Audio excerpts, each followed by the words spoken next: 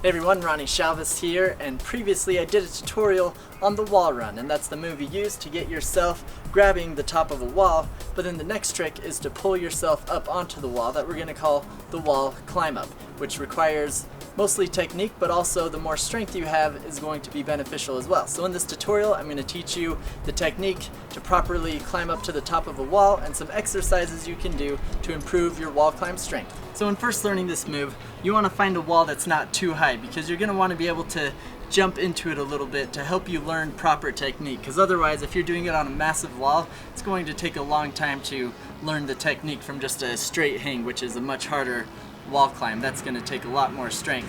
But if you do the technique properly, then you'll be able to not require as much strength and be able to just pull yourself up into the climb up. So the basic technique we're going to do when starting the wall climb is you're going to want to use your feet on the wall, and maybe even starting from the ground, but basically it's like you're going to be doing a pull-up, only instead of hanging close to the wall and doing a pull-up, you're actually going to be using your feet against the wall to kind of push your hips up a little bit and have your back up a little bit, and then as you pull yourself in is when you bring your chest in for the push-up. So the more you can push against the wall, the easier the wall climb is going to be, and the more momentum you have going into it, the easier each motion in the wall climb will be. Part of the reason why you're pushing away from the wall is to prevent your feet from slipping, because if you're pushing straight down, it's not going to give you much traction. So pushing away a little bit helps give you that traction against the wall to use your feet.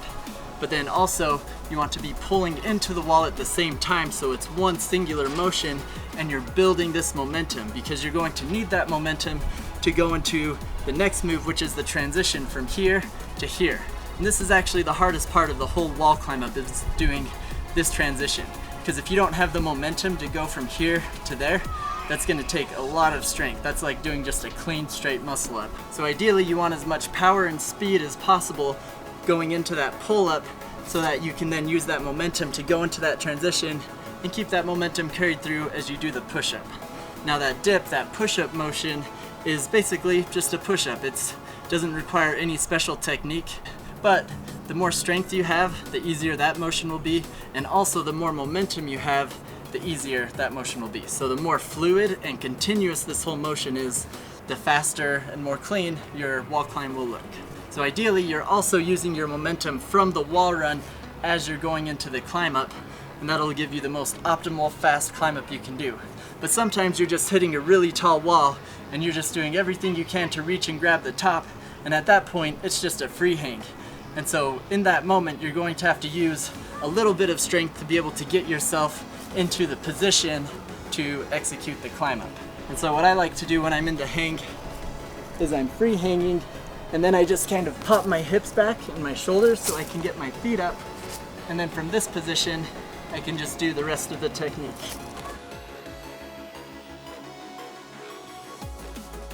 After you get to the push-up position, then it's just a matter of stepping your foot up and standing up on top. Though you can additionally do the pop-up, which I have another tutorial on, which is where you pop your feet up all the way to the top in one single motion. And you can check out the tutorial on that, but just to go over that briefly, basically from the position of pulling yourself up, you want to keep your chest and hips up and keep that motion going all the way up until you can pull your feet in and land your feet on the top of the wall. Some things you want to avoid doing are using your elbows to climb up the wall, as well as using your knees for the push-up. Those can be bad on your joints, and you can do it if it's absolutely necessary for you to get up on a wall that you're hanging off of, that you need to get up. But when you're training these, you don't want to do those, and you don't want to train them that way.